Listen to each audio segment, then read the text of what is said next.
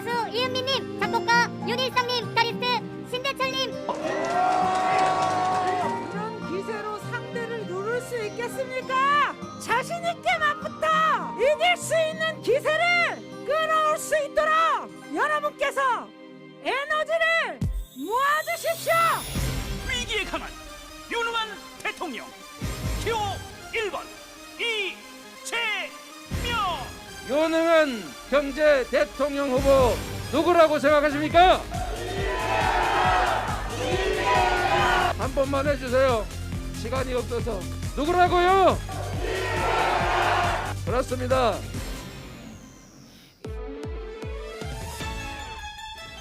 기호 2번 윤석열.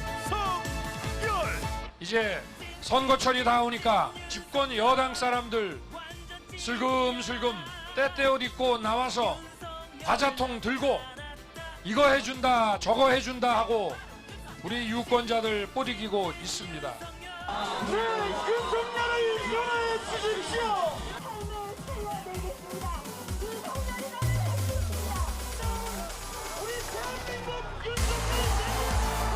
뭐 긍정적으로 봅니다. 우리 아주 활력 있는 모습이 우리 유권자들한테 좀 긍정적으로 비칠 거라고 저는 생각을 합니다.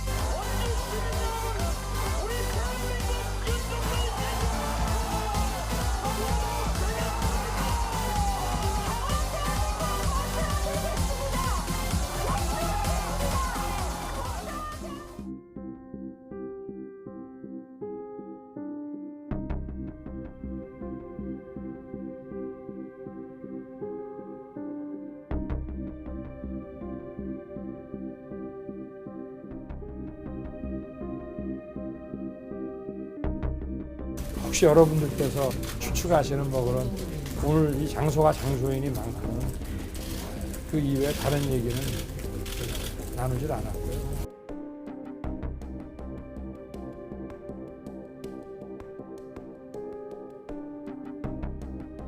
몇 분 정도 식사하셨어요? 시간은 안 잡았어. 두 분이 만나서 대화를 하신 건 맞죠?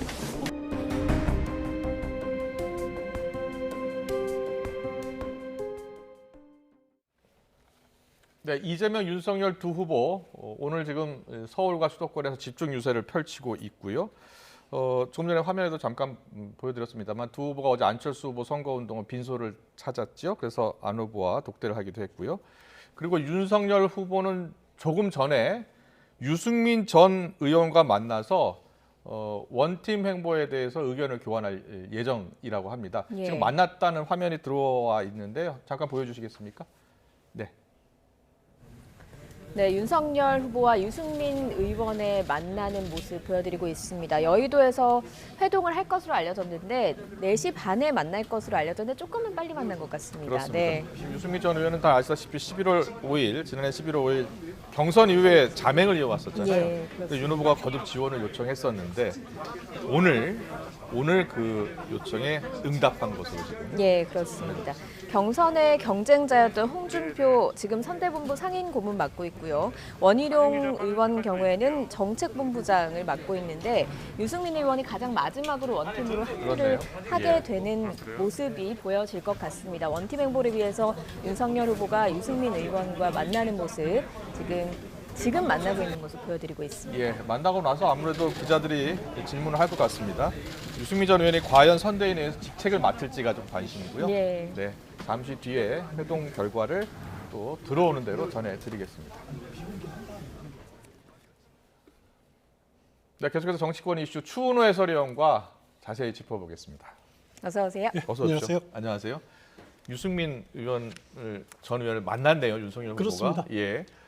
조금 전부터 만나고 있는데 만나고 있는 곳이 어디냐면은 여의도의 유명한 정치 카페 하우스라는 곳입니다. 예. 이곳은 친유승민계 정치인들이 그 협동조합을 구성해서 만든 지금 어떻게 보면은 국민의힘의 사랑방 같은 역할을 하고 있는 그런 정치거든요. 그런 곳이군요. 예. 거기서 만났는데 말씀하신 대로 만남의 의의가 이제 그동안 국민의힘이 경선 이후 완팀이 완벽하게 이루어지지 않았습니다. 이루지 않지 않았습니까? 예. 완팀의 퍼즐을 완전히 이루는 거다라고 예. 하는 그런 의미가 하나 있고요. 또 하나는 최근 들어서 민주당에서 계속 유승민 전 의원을 상대로 러브콜을 보내는 그랬죠. 그런 예. 모습을 많이 보내고 있습니다. 통합정부 이야기하면서요. 그렇습니다. 예. 자칫 유승민 전 의원은 어떻게 보면 민주당의 이간계에 말려드는 것 아니냐. 자칫하면 보수 정당에서 자기 위치를 잃어버릴 가능성도 있기 때문에 네. 가만히 있을 수는 없다. 지금 합류를 해야겠다라고 아마 판단을 한 것 같습니다. 예. 과연 선대본부에서 직책을 맡을지 또 어느 순간에 유세에 참석할지 그거 여부는 아직 뭐 오늘 이야기를 통해서 결론이 나오겠습니다만 예. 하여튼 분명한 것은 나는 민주당의 이관계에 빠져들지 않겠다. 그런 뜻은 분명히 표시한 것 같습니다. 뭐 직책을 맡든 안 맡든 저 장면 자체가 좀 상징적인 장면이 될 수 있다라는 설명이신데 어떻습니까? 유승민 전 의원이 합류를 하게 된다면 윤석열 후보에게 어떤 좀 이점이 있겠습니까?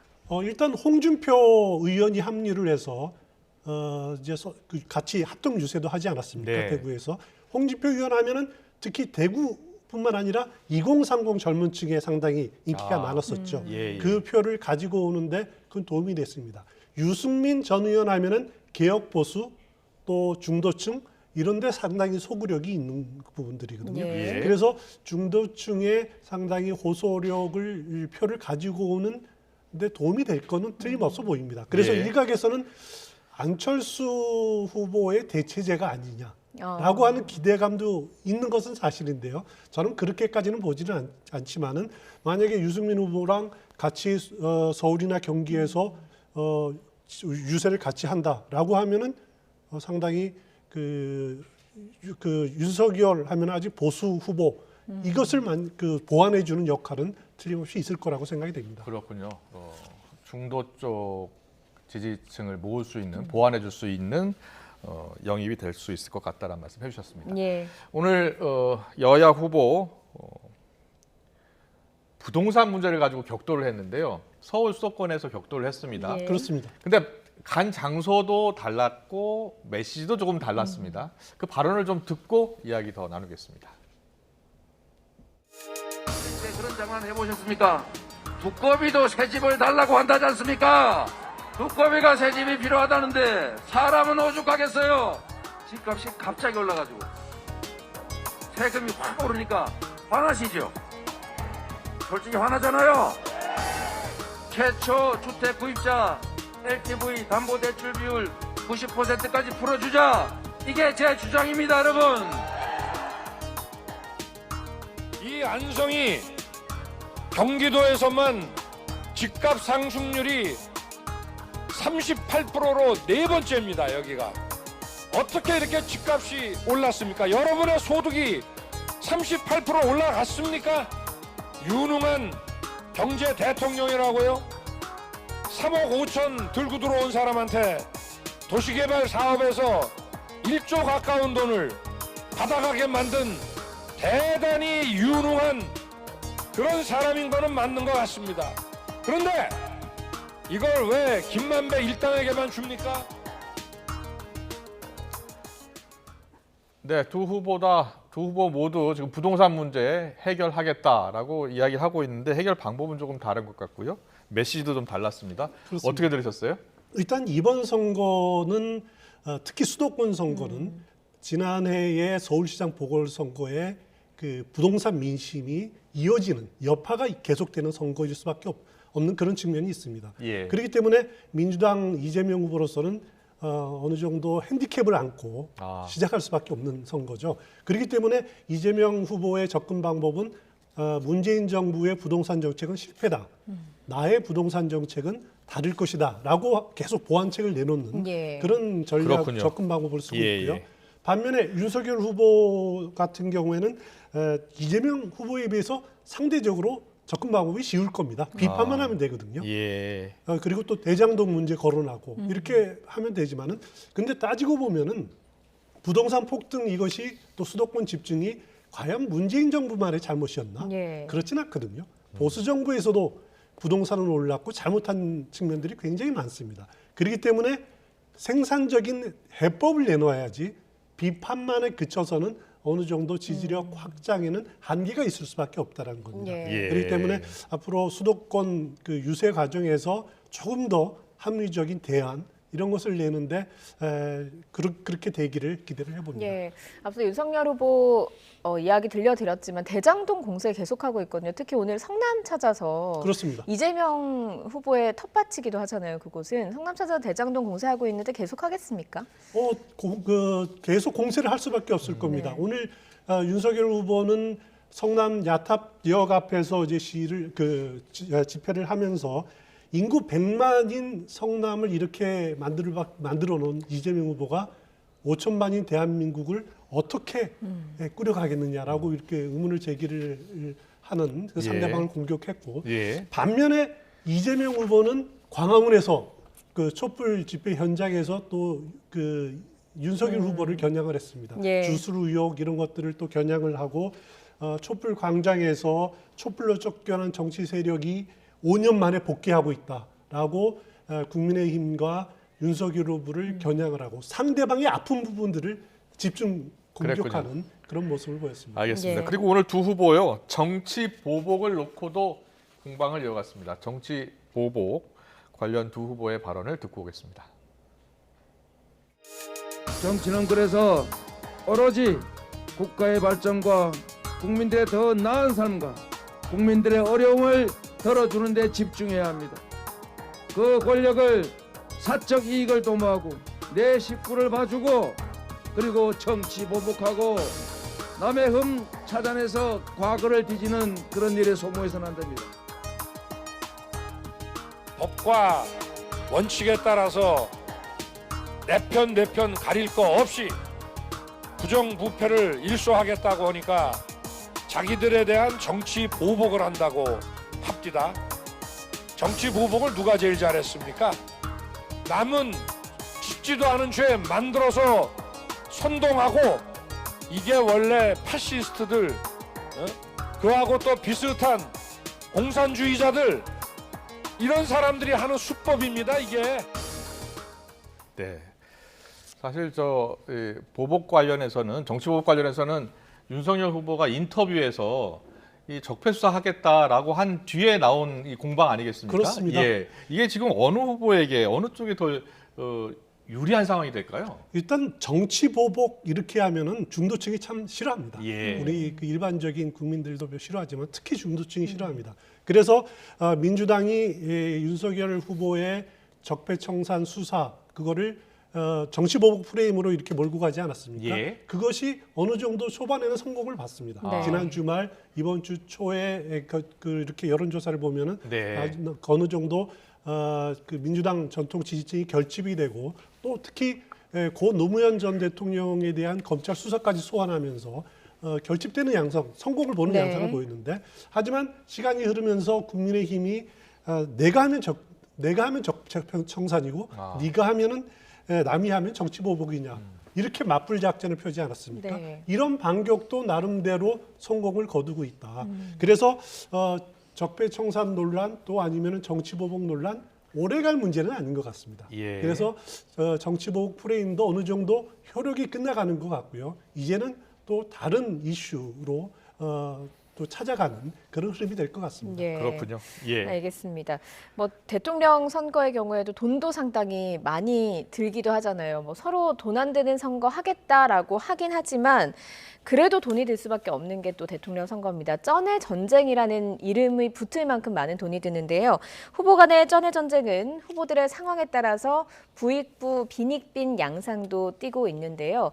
엄지민 앵커가 좀 자세하게 정리를 해봤습니다. 보고 오겠습니다. 공식 선거전에 막이 오르면서 이른바 쩐의 전쟁도 시작됐습니다. 선거를 치르기 위해서는 TV와 신문, 인터넷에 광고도 해야 하고요. 또 유세 차량도 빌려야 되고 유권자를 설득할 홍보물도 만들어야 됩니다. 한마디로 돈이 아주 많이 듭니다. 이 선거를 치르는 과정에서 국회의원 의석을 가진 주요 정당은 중앙선거관리위원회로부터 선거 보조금을 받고요. 또 모금을 통해 추가로 선거 비용을 조달합니다. 자, 먼저 선거 보조금을 살펴보겠습니다. 선관위가 어제 이번 대선 후보들을 낸 5개 정당에 총 465억 4,590여만 원의 선거 보조금을 지급했습니다. 의석수와 지난 21대 총선 득표율을 기준으로 차등 배분한 건데, 자, 한눈에 봐도 각 당의 차이가 아주 뚜렷하죠. 가장 많은 의석 172석을 가진 민주당은 224억 7,300여만 원을 지원받았고 자, 가장 적은 한석을 가진 기본소득당은 3,500여만 원을 지원받았는데 그 차이가 총 630배 정도가 됩니다. 자, 각 정당은 선관위 보조금에 더해서 국민펀드와 후원금, 또 당비와 대출 등을 통해 선거 비용을 마련하는데 이 역시도 빈익빈 부익부입니다. 이재명, 윤석열 두 양강 후보 펀드에는 빠른 속도로 자금이 몰렸습니다. 이재명 펀드는 대체불가 토큰 NFT를 활용해서 모금했는데 1시간 49분 만에 목표액 350억 원을 채우고 최종 768억 원에 마감을 했습니다. 그리고 국민의힘 윤석열 후보의 국민펀드는 개설 17분 만에 목표액 270억 원을 달성하고 50여 분 만에 500억을 모으며 모금을 종료했습니다. 두 펀드 모두 5월 20일 이자 연 2.8%를 더해 상환될 예정입니다. 다른 후보들의 주머니 사정 어떨까요? 앞서 살펴본 선관위 보조금에서부터 차이가 컸는데 심상정 후보의 목표액은 47억 원, 그리고 안철수 후보의 목표액은 100억 원입니다. 자, 국고 보조금도 받지 못하는 다른 후보들의 상황은 어떨까요? 서울시장 보궐선거에 출마했던 지난해보다 재산이 3배 이상 증가한 국가혁명당 허경영 후보는 사재로 충당을 한다고 밝혔고요. 후원금만으로 선거를 치러야 하는 새로운 물결 김동연 후보는 선거 자금이 거대 정당의 100분의 1도 안 될 거라면서 지금까지 모인 20억 원으로 검소한 선거를 치르겠다고 했습니다. 물론 모금한 선거 자금을 모두 쓰면 안 됩니다. 후보자 간 형평성을 위해서 선관위에선 선거 비용의 상한액을 정했는데요. 이번 대선에선 후보 한 명당 최대 513억 900만 원까지 쓸 수 있습니다. 또 후보의 득표율이 15%를 넘으면 선거 비용의 전액을 보전받을 수 있고 10%를 넘지 못하면 전혀 보전받지 못합니다. 지난 대선 주요 후보들이 지출한 선거 비용은 400에서 500억 원 규모였습니다. 문재인 당시 민주당 후보는 500억 원을, 자유한국당 홍준표 후보는 420억 원을, 그리고 국민의당 안철수 후보는 460억 원을 지출했습니다. 자, 이번 대선 선거 비용 면에서 후보 간의 빈익빈 부익부가 아주 뚜렷합니다. 후보들 모두 돈 안 드는 선거를 하겠다면서도 선거 비용은 매년 늘어나고 있는데요. 나라 돈은 결국 국민의 혈세, 우리의 혈세죠. 이번 대선은 나라 돈을 최대한 아껴 쓰는 저비용 고효율 선거가 됐으면 합니다. 네, 이거 선거 비용 굉장히 많이 드네요. 그렇습니다. 예, 근데 과거 때보다 지금 인터넷도 발달하고 그래서 선거 비용이 많이 줄만도 한데 전혀 줄질 않네요. 전혀 줄지 않고 예. 오히려 더 늘어날 수밖에 그러네요. 없는 구조가 예. 돼 있는데 가장 문제는 뭐냐면은 예를 들어서 이제 국고보조금을 한 200억 받는다. 네. 쳐요. 그러면은 그거를 이제 나름대로 그 법에 정한 규정대로 맞게 쓰고 15% 득표를 넘으면은 선관위가 또 200을 또 새로 줍니다. 아. 그러니까 지원한 예. 거를 비용 지출을 한 거를 그대로 또 인정을 해서 줍니다. 그렇군요. 그렇기 때문에 예. 이중지급이라는 문제가 있는 거죠. 그러니까 부자 정당은 부자가 되고 예. 가난한 정당은 예를 들어 15% 못 넘으면은 10% 못 받으면은 하나도 못 받고 하기 때문에 우리 정치자금법 구조에 문제가 있다라는 법 개정이 필요하다는 요구가 많이 있습니다만은 네네. 칼자를 두고 있는 두 양당이 전혀 거기에 응하지 않고 있습니다. 그런 예, 문제점은 다음 국회에서라도 반드시 지급이 개선이 돼야 될 문제가 네, 아닌가 네. 생각이 됩니다. 예, 알겠습니다. 그리고 어제 그 안철수 후보 그 사고가 나서 빈소에 계속 있는데 뭐 오전부터 윤석열 후보가 안철수 후보 만날 거다, 빈소 찾을 거다라는 얘기는 있었는데 이재명 후보도 찾았더라고요. 그렇습니다. 그 안철수 후보를 상대로 윤석열, 이재명 후보가 거의 30분 간격으로 조문을 하는 그런 그 조문 예, 정치가 어제 예. 펼쳐졌는데 안철수 후보로는 참 선거전 시작부터 악재입니다. 부인 김미경 씨 확진됐죠. 예. 그리고 유세 차량 사고 발생을 했죠. 그래서 아예 선거 운동이 지금 중단돼 있는 상태입니다. 예. 그래서 아마 발인 끝나고 주말부터는 유세가 재개가 된다고 생각을 하고 있지만은 그리고 21일 또 다음 주 월요일에는 TV 토론이 열리거든요. 네. 그렇기 때문에 활동을 그 주말부터 재개할 수밖에 없는 입장이지만은 그래도 선거운동이라는 게 초반에 이렇게 막 하고 그 흐름을 유지를 해야 되는데 그렇군요. 초반부터 중단되다 보니까 그 다시 이렇게 시동을 걸기가 굉장히 어려울 겁니다. 그리고 그런 이제 한계들을 초반에 불리함들을 어떻게 극복할지 한번 주목하는 되는 부분이 아닐 수 없습니다. 그렇군요. 이번 유세 차량 사고로 사실 야권 단일화에도 변곡점이 되지 않겠느냐라는 전망도 많고요. 일부 보도에서는 지금 주말에 후보 간 단판 가능성도 제기가 되고 있습니다. 그 전망에 대해서는 어떻게 보세요? 여러 가지 가능성 네. 열려 있을 텐데요. 일단 국민의힘이 가장 원하는 이상적인 시나리오는 26일 혹은 27일 합의를 이루는 것이 가장 이상적일 겁니다. 네. 왜냐하면은 21일 TV 토론을 한 차례 있죠.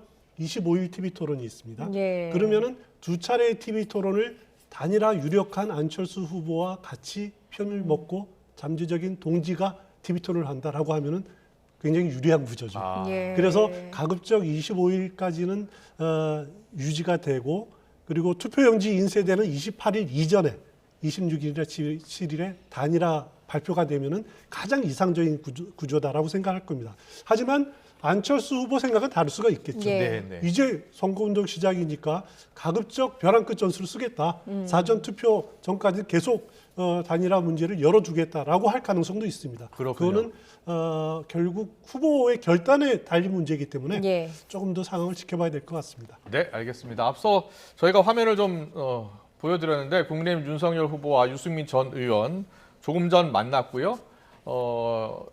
회동 후 관련해서 브리핑을 지금 하고 있다고 합니다. 예. 잠깐 보고 오겠습니다. 유승민입니다. 언론인 여러분들 날씨도 추운데 이렇게 와주셔서 감사드립니다. 오랜만에 뵙습니다. 오늘 후보님께서 바쁜 일정 중에 이렇게 시간을 내주셔서 우리 윤석열 후보님 감사드립니다. 오늘 제 생각을 좀 말씀을 드리고 후보님도 뵙고 직접 좀 말씀도 드리고 그러기 위해서 이 만남이 성사가 됐습니다. 저는 11월 5일 경선 직후에 승복연설에서 말씀드린 생각 그대로입니다. 정권 교체를 위해서 백의종군하면서 협력하겠다. 그 생각 그대로 갖고 있고 오늘 후보님께도 그 말씀을 다시 한번 확인해 드렸습니다. 아무 조건도 없고 직책도 없이 열심히 돕겠다 그런 말씀을 드렸습니다. 오늘 만난 김에 이 소중한 시간에 윤 후보님께 몇 가지 좀 당부 말씀을 드렸습니다. 첫째는 경제가 굉장히 중요하다. 오늘 수도권 유세를 여러 군데 하시면서 경제에 대해서 말씀을 하신 거를 저는 평가를 하고 결국은 경제가 굉장히 중요하고 많은 국민들께서 경제에 대해서 지금 걱정을 하신다. 그렇기 때문에 후보님께서 남은 선거운동 기간 중에 또 당선이 된 이후에도 이 경제 문제 해결에 대해서 더 큰 비중을 두셔달라는 그런 말씀을 드렸습니다. 특히 다시 성장하는 그런 경제를 만들기 위해서 큰 전략과 중요한 정책들을 꼭 좀 채택을 해달라는 그런 말씀을 드렸습니다. 그리고 문재인 정권 5년과 최근의 코로나 위기 때문에 힘들어하시는 고통받는 그런 국민들께서 지금 너무나 많습니다. 그런 분들이 제일 고통을 받고 있는 게 결국은 일자리 문제와 주택 문제이기 때문에 이 문제를 우리 윤 후보께서 우리 국민의 힘이 해결하겠다는 그런 믿음을 국민들한테 드릴 수 있으면 그러면 우리는 선거에서 승리할 거다라는 그런 말씀을 드렸습니다. 오늘 또 여기 오면서 길가의 플래카드를 보니까 위기에 강한 유능한 경제 대통령이라고 1번 후보가 그렇게 이야기를 해놓은 걸 봤습니다만 경선 때 저도 경제 대통령 이야기를 했습니다만 우리 윤석열 후보님께서 그런 일자리나 주택 문제, 이 경제 문제 해결에 우리가 더 적극적으로 나서서 온 국가적인 지혜를 총동원해서 이 경제 위기 극복하겠다라는 그런 메시지가 더 강조가 되면 좋을 거라는 말씀을 드렸습니다. 그와 아울러서 이 문재인 정부 운영과 코로나 위기 여기에 신음하고 계시는 서민, 빈곤층, 자영업자, 또 소상공인들, 청년 실업자 이런 분들이 가장 고통을 받고 있는 양극화 불평등 문제도 우리가 저 가짜 진보 세력들보다 더 잘 할 수 있다. 그런 믿음을 주는 게 굉장히 중요하겠다는 말씀을 드렸습니다. 그리고 정권 교체가 당장은 중요합니다만 정권 교체는 늘 수단입니다. 정권 교체를 해서 꼭 성공한 정부를 만들어서 더 나은 세상을 만들고 우리 대한민국 역사를 발전시키는 그런 대통령이 나와야 됩니다.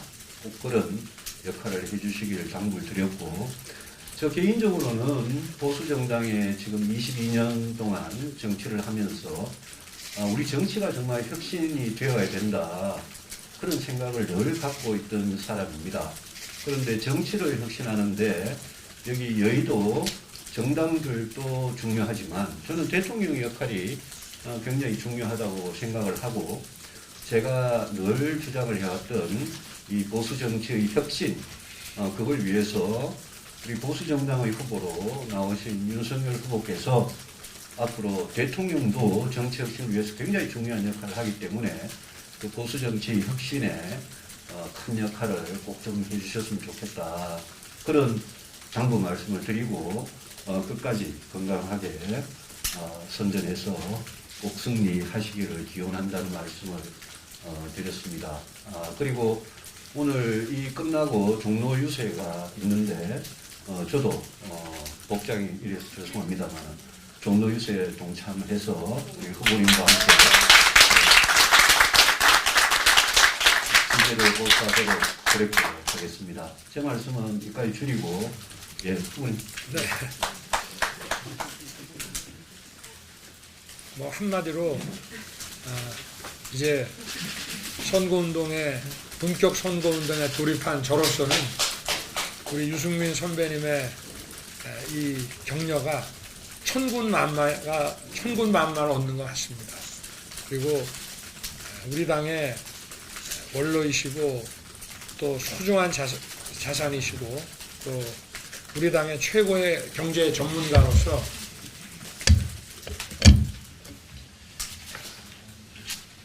선거 승리뿐만이 아니고 향후에 이 성공한 그 정부가 되게 하기 위해서 하여튼 모든 지원과 또 이 격려를 아끼지 않으시겠다는 이 말씀에 힘을 얻었습니다. 늘 공정한 경제, 또 따뜻한 보수, 그리고 확고한 안보관, 거기에 입각해서 보수 혁신을 쭉 주도해 오셨고, 우리 유승민 선배님의 이 격려와 응원이 저희 선거의 확실한 승리뿐만이 아니라 국민들께도 이 정권 교체가 그야말로 성공한 대통령, 성공한 정부가 되겠구나 하는 믿음을 국민들께 충분히 드릴 수 있다고 생각합니다. 오늘 더구나 종로 유세 또 함께 가셔서 우리 최재형 종로 국회의원 후보님과 함께 이렇게 선거운동을 하게 돼서 정말 매우 기쁘고 정말 감사합니다. 고맙습니다. 예, 고맙습니다.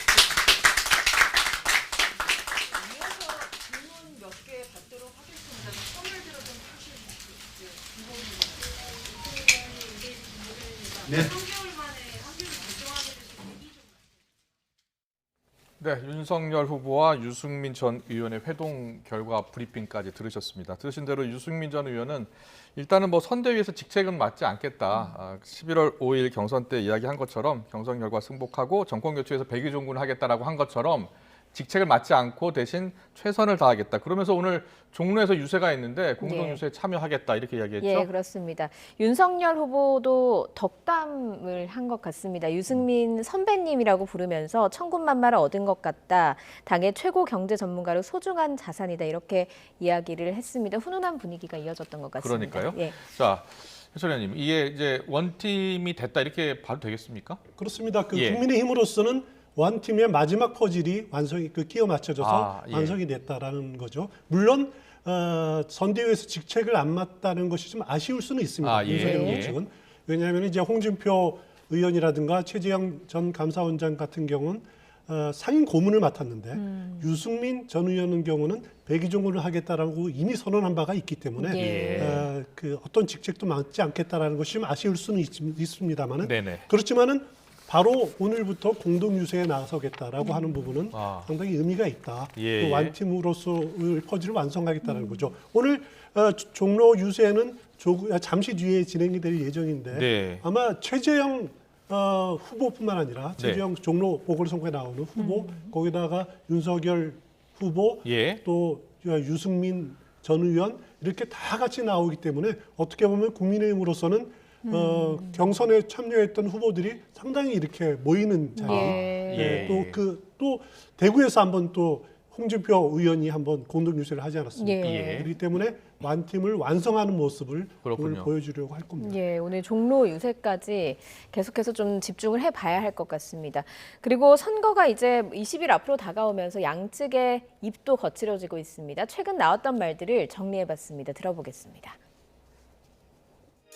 누구처럼 마스크 벗고 하면은 성의가 안 낄 텐데 우리 국민들과 함께 합의한 거니까 지켜야 되겠죠? 뭘 알아야 국정을 할 것 아닙니까, 여러분?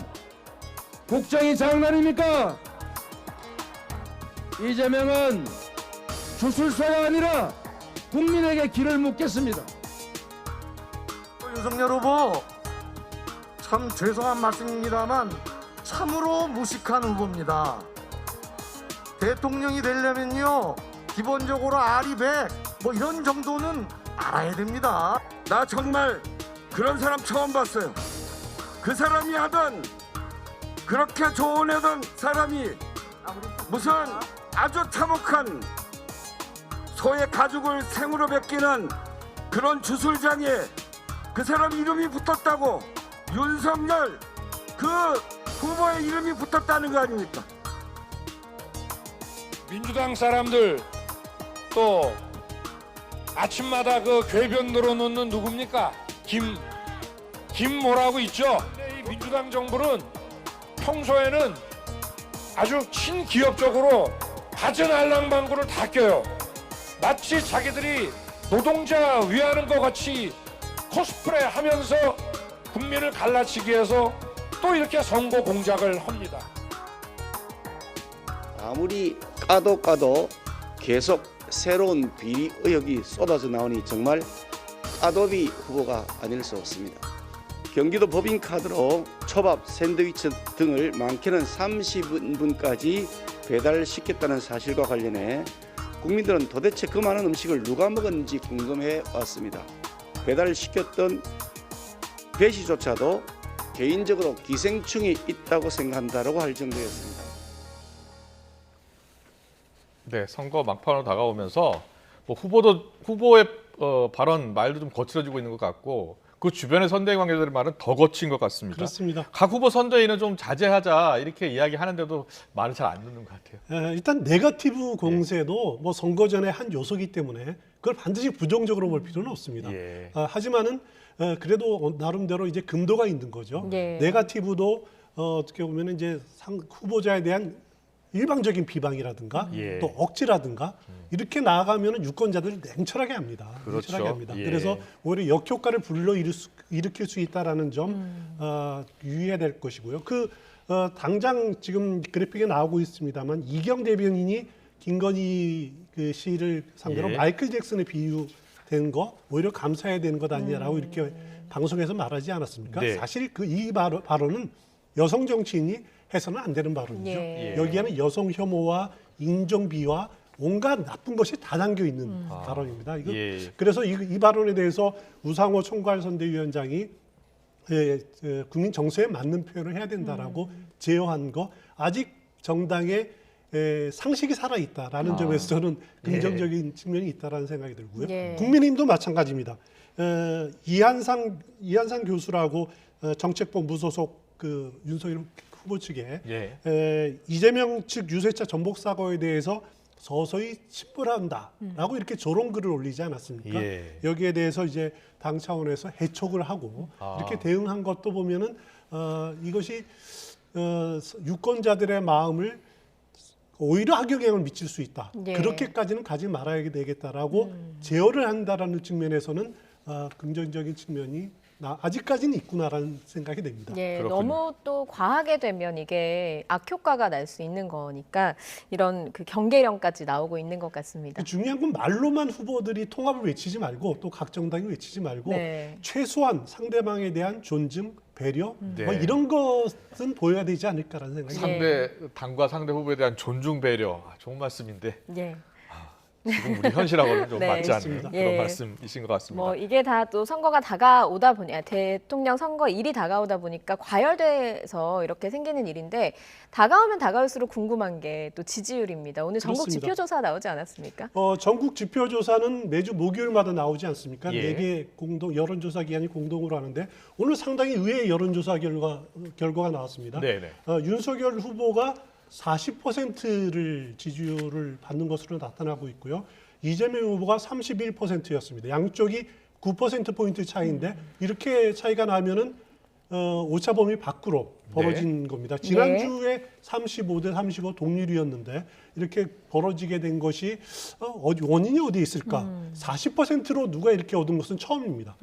그동안 이재명, 윤석열 후보 모두 39%를 최고점으로 찍었는데 40% 벌어진 건 처음이고. 전국 지표조사에서는요? 그렇습니다. 이 조사에서는 그렇습니다. 그 민주당에서는 분석하기로 이렇게 차이가 벌어진 것이 야권 단일화 이슈가 가장 중요하지 않았느냐 이렇게 분석을 하고 있는 것 같아요. 물론 그 측면이 하나 있는 것 같고요. 또 여론조사가 이것이 월, 화, 수 4월 동안 진행이 됐습니다. 그러니까 선거전이 진행이 되는 시점이 나오기 때문에 오히려 보수 정당의 지지 결집 강도가 더 강한 결과가 아닐까라는 생각, 그런 생각이 하나 있고 또 간과해서는 안 되는 게 뭐냐면은 이 여론조사에 보면은 그 정부의 코로나19 방역에 대해서는 평가가 나옵니다. 여기에 부정적인 평가가 49, 긍정 48로 처음으로 부정평가가 앞서는 결과가 나옵니다. 이런 결과는 전혀 지금까지 보이지 않았던 거거든요. 그만큼 밑바닥 민심에서 정부 여당에 대한 그 코로나 대응에 대한 의구심, 불신이 싹트고 있다. 이것이 정부 여당에 대한 신뢰 하락으로 나타나고 있고 어떻게 보면 민주당 지지도 하락으로 나타나고 또 이재명 후보의 지지율 하락으로 나타났다. 저는 개인적으로 그런 분석을 합니다. 네네.